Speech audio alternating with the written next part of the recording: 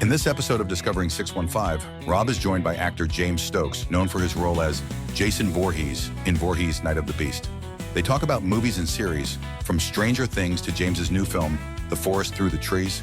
They dive into the gritty truth of surviving Hollywood, the power of community, and one of James's favorite things to do, which reveals his big heart. So let's go behind the mask. So you've been having a lot of interviews lately. Oh yeah, dude, yeah, like crazy. Yeah, I got conventions coming up.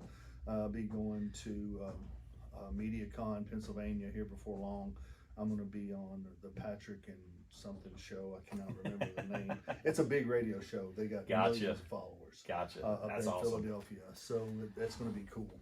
Yeah. That's awesome. That's great. That's great. So, well, good deal. Good deal. Hey, everyone. Welcome to another episode of Discovering 615. I'm Rob Thacker, and I'm joined today with James Stokes, an actor who is well known for his role as Jason Voorhees. Yes, That's yes. big So, time, yeah. so let's dive into that, James. Absolutely. How did you? First off, what got you to Nashville? What got you here to Tennessee? Because I know you and I met at NutriShop or NutriFactory. Sorry, wrong. Nutrition Factory. Nutrition Factory. Yep. No, I got here about 18 years ago. I moved here to get away from Kentucky, pretty much. I mean, I've been in Kentucky, all my life, and just wanted to kind of move out. Nashville was kind of booming back then, I mean, just like it is now. Right. I mean, well, it's booming more now, but it was booming, and it's got the airport here and everything like that. And I was still with the EMS and fire department there and stuff like that. So just I don't know, a change of scenery, I guess it was. They brought me here, and then lo and behold, I started doing a little acting, and on the side, it's some low budget, no budget, independent films, and one thing led to another, and I met this lady that became my agent back then, and she's, matter of fact, I still use her today. I'm still with her, with Asher Talent Agency here in Nashville, and just got some pretty good roles, some commercials and stuff like that, and then one thing led to another, and I got on a little show called Stranger Things, and kind of boosted my career a little bit. It was a very small part, but regardless, I was on that show, and then I got the role as Jason. Wow! And how many years ago was that with the Jason role? Ooh, it's been out now for going on 3 years, so I guess it's been 5 years. Okay. Mm-hmm. Okay. Yeah, off and on. I mean, getting everything started. Right. From them saying you're going to play the part to me going out and getting my body cast and all that stuff for the suit and for the mask and all that stuff. I guess it took almost a year to do all that and get everything ready. That suit is just unbelievable. I was going to ask about the suit. So how is that? Is that a fun suit to wear? No. I actually lost probably around 36 pounds. Wow. While I was shooting the movie. It was just a matter of being in it for so long and sweating because it doesn't breathe whatsoever. Okay. It's hard latex. Oh, so it's not like the foam latex or anything like that. I had a couple of different masks that I wore that was the hard latex, which you can't breathe whatsoever in them.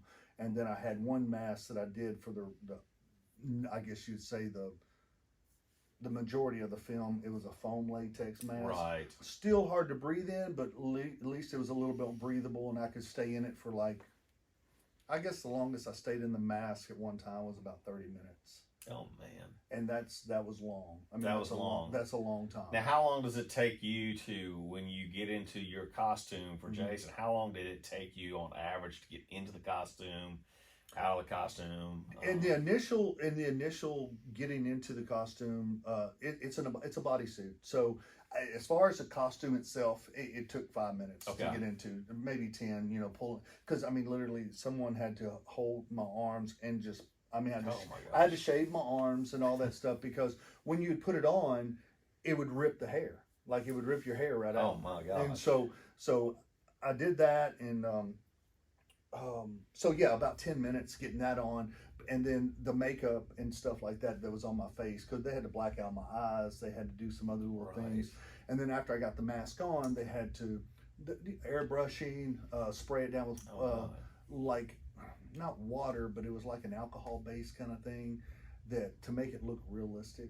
and it did. I mean, on film, it looked fantastic. Wow. So all in all, including makeup, and what was your average time? I mean, to get well, we got everything better ready? at it every time. We got better every time. So with it, like there was one time I sat in a chair for 6 hours. Oh, So wow. yeah. So that's kind of hard. I mean, that's you're dozing off, you're sleeping. I mean, it's hard. People working on your face and doing all that, putting different 6 things on. hours. Yeah, dude. I mean, and getting okay. And I did one mask where they had to actually glue it to my face. That was rough. Oh. You talking claustrophobic? You don't know what claustrophobic is until Oh, you get gosh. something that's it's just like Jim Carrey when he did The Grinch. Oh yeah. I mean, he literally had to have a psychiatrist come in on set to talk him through some of the stuff that he was doing because he was so claustrophobic in that Oh my mask. gosh. So that's anytime you get very hot, like your body gets hot, that's when the claustrophobia starts to set in. You know. Oh wow. Yeah. So it was very rough for me, and I've been claustrophobic for many years, and it's just that was a breakthrough for me being able to wear that mask for as long as I did.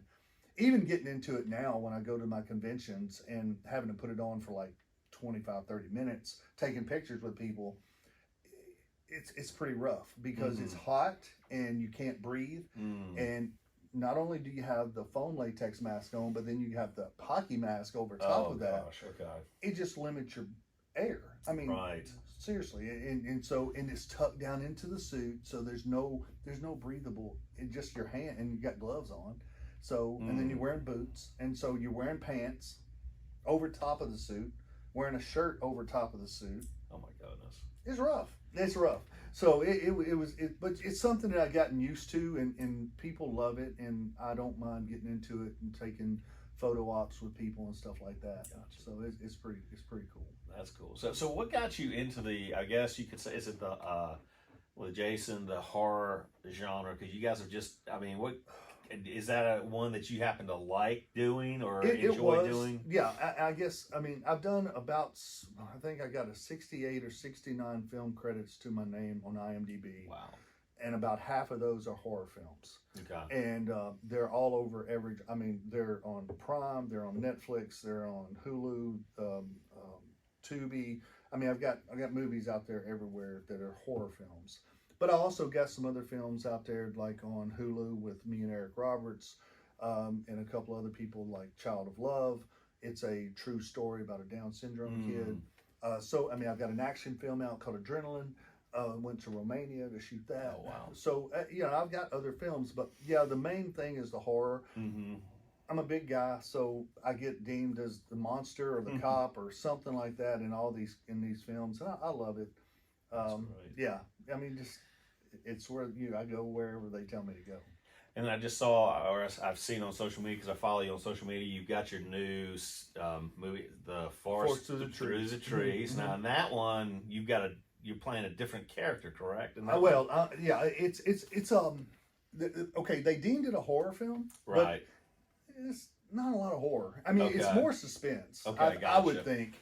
There's a couple of parts in it that I think people would cringe and like, okay, I can see where it could be horror, but it's more suspense. But I'm playing a dad. I'm playing the dad to a stepdaughter, Okay. which is in itself hard already, and my wife, her mom, leaves for some reason. We don't know why. And that's where the movie starts off the movie starts off with the baby being born, and she has heterochromia. Okay. Heterochromia, one brown eye, one blue eye. Gotcha. And so we didn't know that she was part of a cult at one point. They wanted the baby because they was going to eventually bring a demon through her body because of heterochromia, which is the eyes of the soul. So, or the vessel through the soul, or whatever they say it. So, they found out where she was at, the cult. Instead of telling us, she left and didn't tell us nothing. So Chloe thinks she left because of me. I think she left because of Chloe.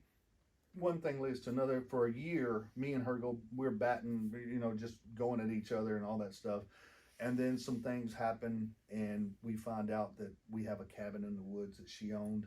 Chloe had no idea. I had no idea. Chloe wanted to go. I told her no, we wasn't going to go. Well, then Chloe, being a teenager, she left and went. Well, I didn't. It's about 8 hours away, so I took off after her. Well, by the time when I got there and stuff, then the cult got her, and so I have to go on a rampage to get my daughter back. Gotcha. So that's the gist of the story. Sounds exciting. It is very I'm exciting. gonna have to check it out. Definitely. We have a 5-year deal with Bayview Entertainment. Okay. And they are distributing it out to we don't know yet. They've been shopping it around Netflix, HBO Max, the big ones, and stuff like that. So it will be out to everyone. I think my director wrote the other day and said possibly June or July. Okay, great. Oh yeah, no, I'm wanting everybody. We've had 5 premieres so far. We have one more in South Carolina, the end of May. Okay. We'll be going down. Me and my director and one other co-star will be going down to South Carolina to do a premiere in South Carolina. Oh, that's great. Yeah, Columbia, South Carolina. So folks need to be on the lookout for Forest Through the Trees. Forest Yes, Through the Trees that's a big out. one. I won, and we put it into some film. I won Best Actor. Oh, congrats on that. My stepdaughter Chloe, Annie Sullivan, she won Best Actress. So we won a lot of awards for that. Oh, great!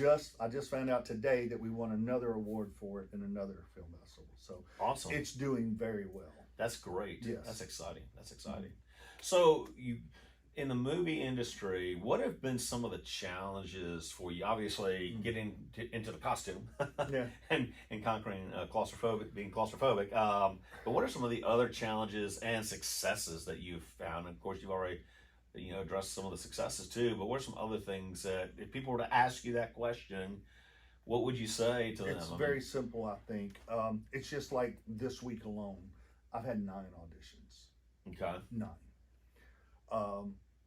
Now, all of them haven't been submitted to the agency yet, but I've had 9 auditions. And most of the time when you do an audition, if you don't get the role, you don't hear nothing back from them.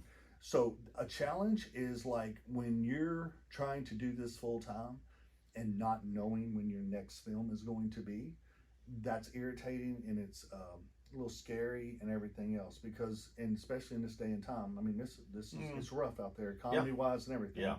And so that's a big challenge in this business, is knowing when your next paycheck's going to come. Yeah. And so it's very challenging. I mean, it's very, you just, there's a lot of emotions goes into it. Sure. You pour your heart out into these auditions, think you kill it, and you never hear nothing back. It could be they don't like your look. It could be they don't like the way you talk. They don't, you don't fit the other characters that they've already got in that role.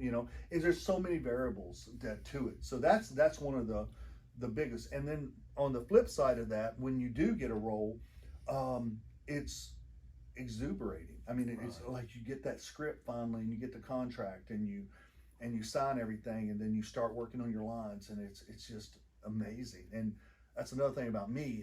I when I get a script, like the Forest of the Trees, I had a lot of dialogue in that. I literally read the entire script through from page 1 to the end. Right. Didn't look at it again until the day before we started. Really? Yes. To memorize a whole script like that, you're going to screw up. You're going to forget lines. You're going to do whatever. Right. Way I do it, and this is, every actor's different, I'm pretty sure. I will get the call sheet. There's a call sheet that they put out. So if I know we're going to be starting on Monday and we're filming till Saturday. Right. Mondays, you can only film so much in a 12-hour shift a day. Okay. So they put out a call sheet, and they give you what scenes we're going to do for that day. The day before, I start working on those scenes only. And then as soon as he calls wrap, I will go back to my room or wherever I'm at, and I'll start working on the next day's scenes. And that is how I memorize my line. You don't have to memorize everything at one time, because I'm telling you right now, every time you get on set, me and you could be sitting on that couch and we know our lines totally. A director will come in and say, I don't like that line, let's change this up. So you're changing. Everything you learned, everything that you know, everything that we practiced goes out the window. He's changed it up. He wants to do something different because it's not working for the way the film's going. Wow. You got to be able to adjust to that. Right. And so it's just the way it is, and that's hard. But that's the reason I don't memorize a script until the day before I start shooting. You're only going to have a certain amount of lines that you can do in one day, Right. and it might be 5 pages, but you're only going to work on those 5 pages. Right. And then while everybody's getting set up, that's when you and the other cast members, you get at a table like this, or you get at a couch, and you go over your lines. And you go over it 2 or 3 times with the script, and then you put the script away, and you try to do it without the script and do it as best you can. And most of the time, you're going to memorize your lines better than anything. Then when you go in front of the camera, it's second nature, because that's the only part that you're working on is that right there. Okay. So breaking it down, so unlike, a play where you've got this running dialogue, you guys get, depending on what the director and the producer call for that day, is the scene you guys are going to do. That. Yes, That's and amazing. for most movies like The Forest Through the Trees and stuff, everything was set in stone. Everything was laid out to a time limit. I mean, like, we had like so much time, and then he would give, like, we were shooting with 2 cameras and a big light crew. He would give enough time for the light crew to go in, tear down, set up enough, because we was out in the woods. We was at 4 or 5 different cabins. We was at 9 different locations during that movie. Oh, it's crazy. So moving, all the moving parts in that was just absolutely crazy. And we shot that movie. I think the budget was about $85,000. And how many days did it take you to shoot the movie? It took over a little 3.5 weeks, or about 3 weeks, three weeks and 2 days, or something like that. Yeah, something like that. Yeah. Is that what's the longest movie that's taken you to shoot?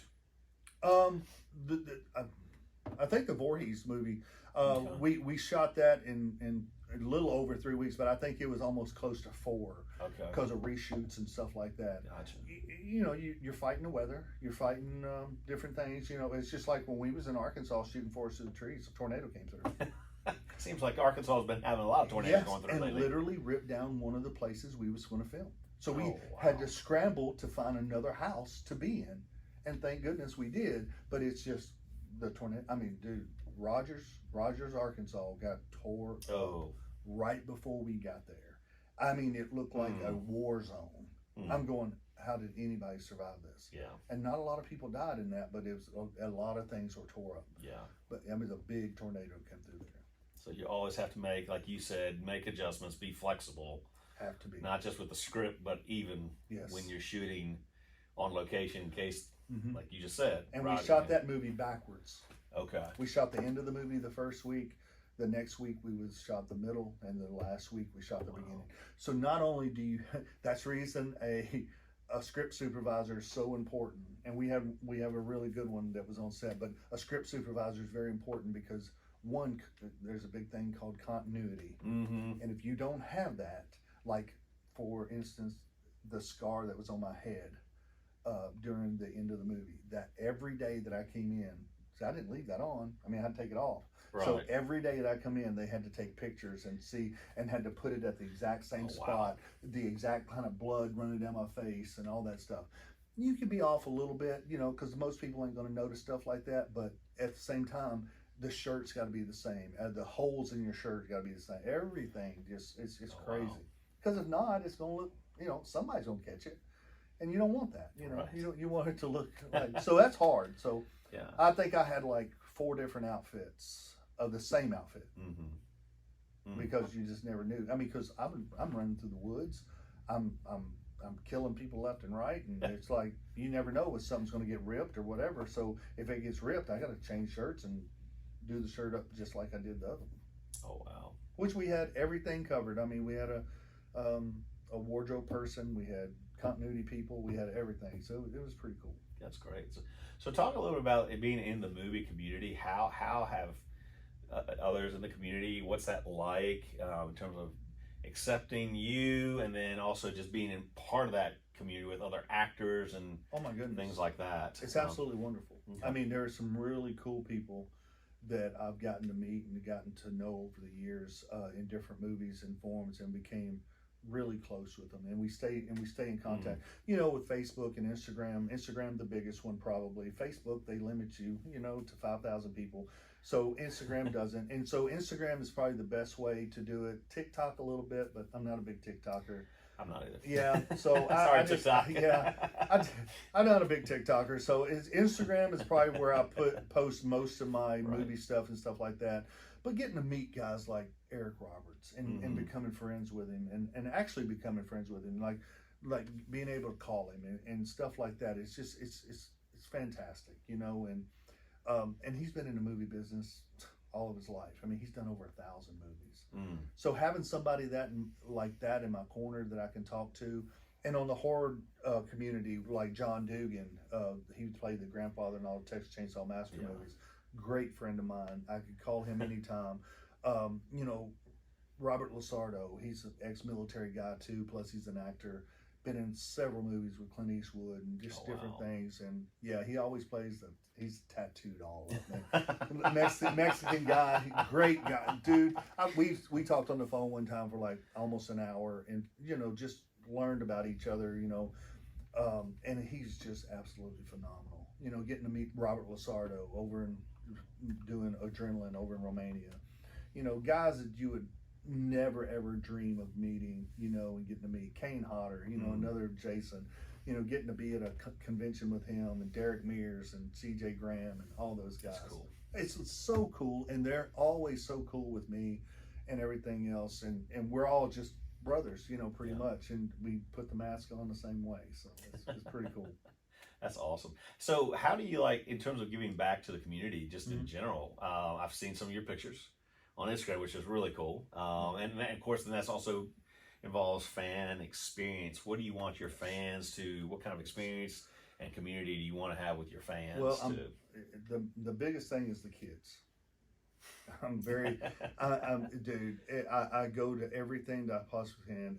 And the thing of it is, I've made a lot of friends in the country music industry. And that helps me a lot too. With T.G. Shepherd and Kelly Lang and a lady that used to be on the radio there, Devin O'Day. She does a lot of like for the Mustang Heritage, for the autism, the country music for autism. June the 4th we'll be at 3rd and Lindsay for Country for a Cause, and I always go down there, and I'm so thankful that they allow me to be in that mindset. You know, it's just like the Country for Autism thing that we just went to with TG and Devin and oh my goodness, Daryl Worley and all of us. Those kids, when I met them, were scared to death to go up on stage. And Devin came to me and she goes, "You're coming up on stage, right?" And I go, "Yeah, if you want me to." She goes, "No, I need you to go up with the kids because they trust you. They feel comfortable with you." That makes me feel good. That right there makes me feel like whatever I'm doing it for the right reason. Right. And so when I go talk to schools, when I go talk to these middle schoolers about making the right choices, I try to talk to middle schoolers because you're fixing to go into high school and you need to choose the right people to hang out with now, because if you choose the wrong, you're gonna you take two paths. You're either gonna take the wrong path, you're gonna take the right path. Sometimes the right path, you're all by yourself. They need to realize it's okay to be by yourself. Yeah. It's okay to walk alone sometimes. You're going to have other people follow you eventually. But sometimes you got to take that step out and take that right path all by yourself to make sure that you do what's right for you, because it's going to eventually show in the long run when you get older. And that's what I did. I took the right path. And I'm not afraid to say that. Am I boasting? Maybe, but I can do that because I did take the right path. I had the right set of friends that didn't make me go out and do stupid crap, you know, like a high school kid does. Oh yeah. You know, you have fun. I mean, I played sports and stuff like that, and sometimes that's what a kid has to do. I felt like that's what I needed to do. I played all 3 sports in high school because it kept me busy. It kept me off the streets. It kept me from doing anything stupid because I didn't want to let my coaches down. I didn't want to let my mom down. I didn't want to let myself. I didn't want to let my teammates down. Right.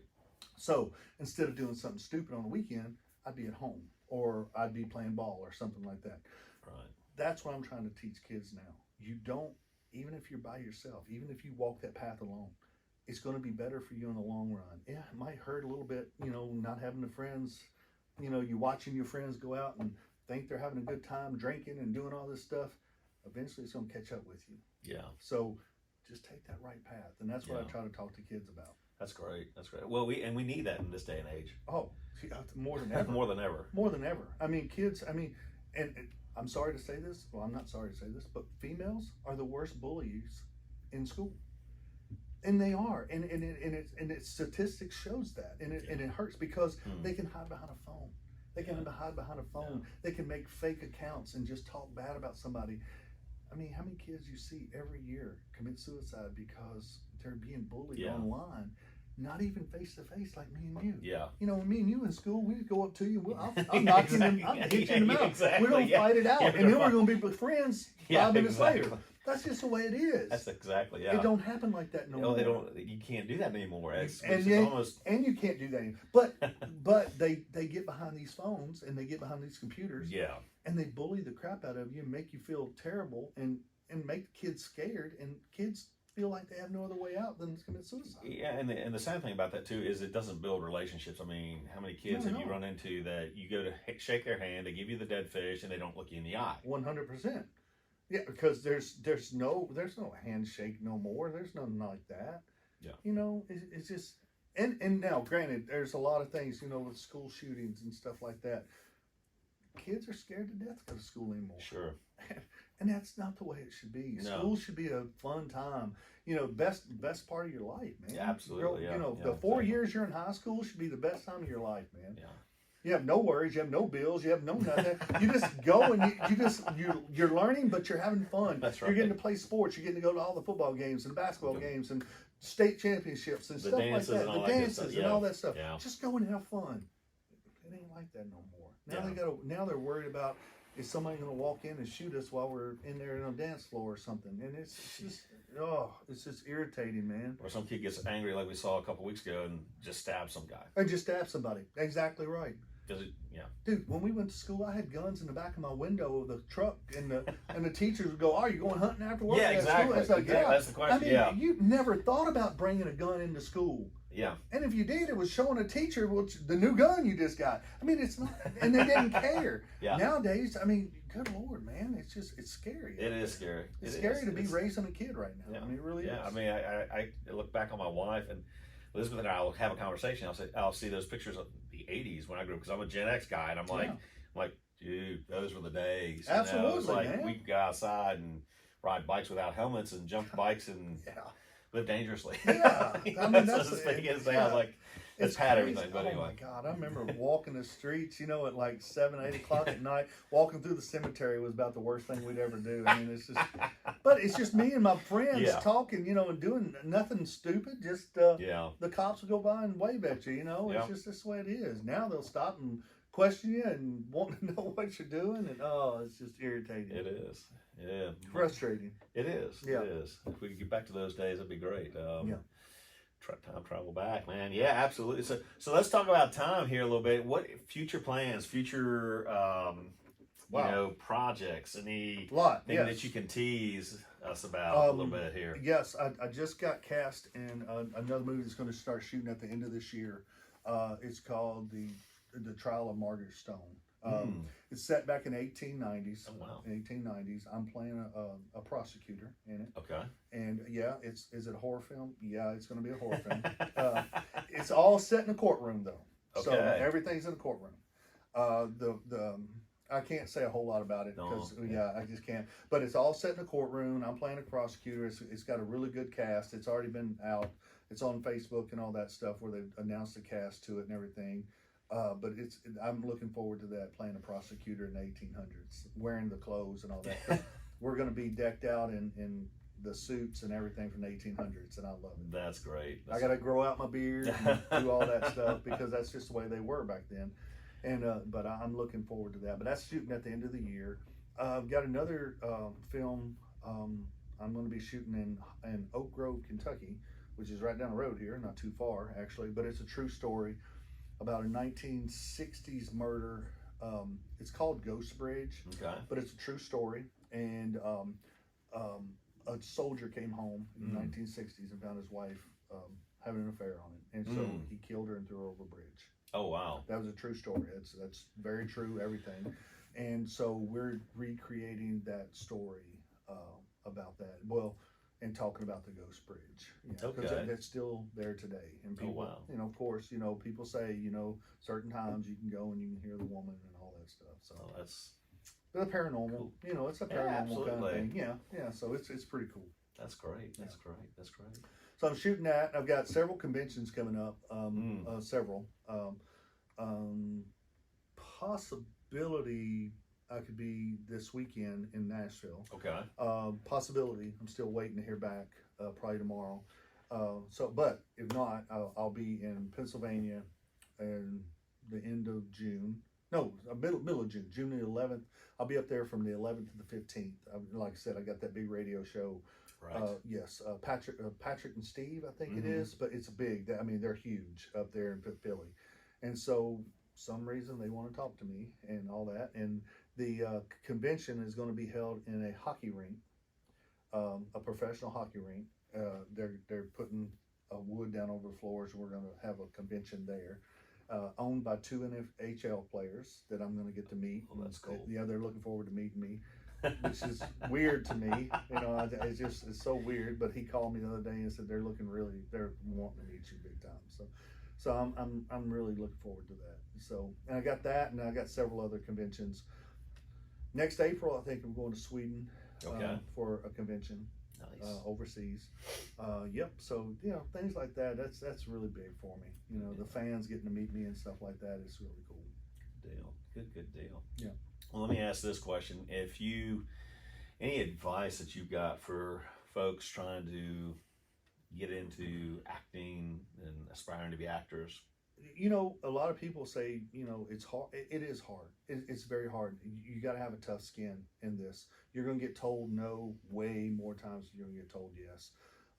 If you are just starting out, the best advice I could give is right now, just go get professional headshots. Okay. Yes, it's going to cost you $300-400, but that is a part of your portfolio that you have to have that nobody else can. That nobody can take away from you. You got to have the headshots because that's the only way that directors and stuff can look at you. As far as resumes go, get your foot in the door and start anything that you can take. Anything. I don't care if it's a background for a big movie or a background for an independent film. It doesn't matter. You're going to have to do some stuff that you're not going to get paid for, and that's okay. Right off the bat, I don't know how many. I could go back through the 69 films that I've done, and probably at least 20 of them I never got a dime for. Never got a dime, but I was building a resume, and that's what you got to do. You got to build a resume. If you don't have a resume, and then the biggest thing, take some classes. If you've never done it, take acting classes. There's tons of people right here in Nashville, probably right here in Hendersonville, that could give you some classes yes, it costs a little money, but again, the money up front is going to help you in the long run. I took classes way back when, and still I take classes. You got to continue. It's just like anything else. It's like being an EMS. You got to continue researching yourself and getting to know what the latest things is. Well, there's things in movies change all the time, so you need to keep yourself up on the latest stuff. And that's the biggest advice is to do a lot of research on your own. You're gonna have to spend some money up front. It's just the way it is. You have to find you an agent. Find you an agent that doesn't ask for a dime. Okay. Agents will, if they're legit, they will not ask you for a dime. It's just like one of those lawyers. They don't get paid till you get paid. Gotcha. So what they do is they send your resume out there. They send your headshots out there. When they book you, they get their 10 to 20%, whatever kind of movie it is, SAG or independent, whatever. And then you get your money on top of that. So that's the best way to. And I got 6 agents, matter of fact, and none of them ask for a dime until I get in. But they've gotten money off of me a lot, so they're pretty happy. I'm That's pretty good. sure. Yeah, absolutely. Everybody they're out to make money, but they're doing the legwork. They're submitting me for things, and then I got to do the audition. I'll send the audition into her, let her look at it, and make sure it's good for her. Then she sends it off to the casting director.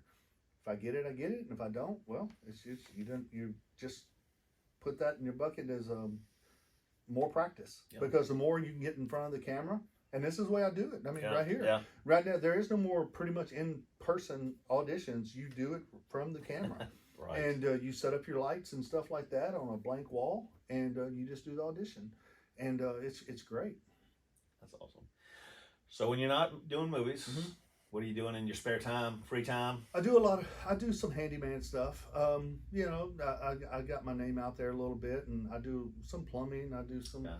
just little everyday stuff and stuff like that to keep busy. But I've been pretty busy here lately. I've been pretty busy, and I do, like I said, I do a lot of benefits and stuff like Gotcha. that. I love doing the benefits. They're just yeah. fun. I don't, it's not out there to make money. I'm not there to make money. I'm Right. there to raise money. Or I'm Exactly. there to raise money and there to help do whatever I can to bring in as much money as I possibly can for that foundation. Gotcha. So Gotcha. that's what That's I love great. I love to do that. Yeah. That's great. Giving back to the community. Giving back to the You, community. I mean, if we don't, if you're in a position to where you can give back, that's the only way we can help right now. Yeah. We're not guys like me. We're not in government. We're not Right. lawmakers. We're not doing that. So the way we can give back is give back to the community, give back to the kids and stuff like that. Because right now, kids need it more than anything. Well, and community is so important. It is Absolutely. crucial. And Absolutely. I feel like, I'm a little spiel here that Elizabeth and I had the opportunity to go in 2019 to Italy, saw community, what community was. Mm-hmm. And I had somebody ask me a question on when I got back, what's the biggest difference between America and Italians? I said, well, right now, they understand community. They're very much involved in their community. Right. And of course, then COVID hit, and I think we're trying to see, I hope we see a movement back to being involved in community because it's important. It's so crucial. It is. And like I said, getting asked to do these benefits and stuff like that. I was just called the other day, or last night, yesterday afternoon, to do another one and to get some autographs and stuff for an auction and stuff like that to try to raise some money for tornado victims in Selma, Tennessee.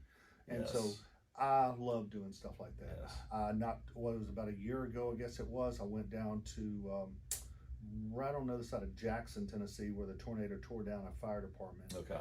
I gave my time. I went down there. I set up a table, and from the time I got there at 8 o'clock to 11 o'clock, the gate itself just lined up to see me. Oh, wow. Raise enough money to build a fire department. Oh, that's great. That's great. That was crazy to me. Yeah. He came up to me at 11 o'clock. He said, I just want you to know. He whispered to me. He said, I just want you to know we've already raised enough money to rebuild the fire department thanks to you. Oh, wow. That right there makes me feel good. Yes. It's nothing I did.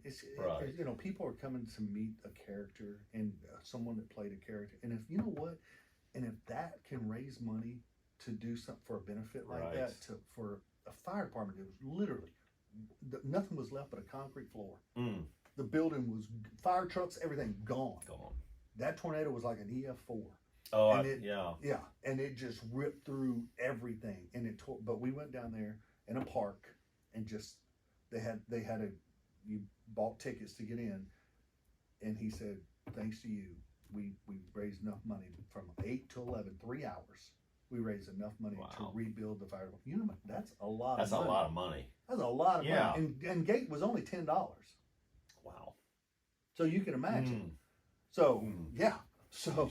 Now, it was a pole barn building. It wasn't nothing elaborate. It's not like one of the metro fire departments, but it's a volunteer fire department. Mm-hmm. But at the same time, it's still that's quite a bit of money to raise in 3 hours to rebuild the fire department and to buy a fire truck. So fire trucks are not cheap. That's $180,000. Yeah. So for just a tanker. Right. So yeah. Yeah. But it's cool. It's Good cool. deal. And I'm glad that I'm in a position to where I can do that. That's great. That's great. Yep. So James, where can people find you on social media and Of course, yep. websites? Facebook under James Stokes, Instagram under James Stokes or Stokes.James, whichever.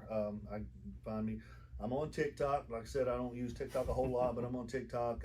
IMDb is a good place to go and search my name. Just go to imdb.com, search James Stokes, and you see all the movies I've got upcoming, everything that I've got already out and everything like that, and you see where it's at. So it's great. So any platform. And your Instagram account too. Yeah, Instagram account. Yeah, that's my biggest one, and it's Stokes.James 1414, or just James Stokes. You can search James Stokes and find it, but Great. it pops up. So. Good deal.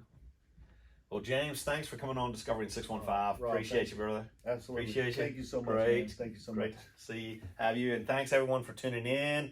And everybody have a great day, and God bless.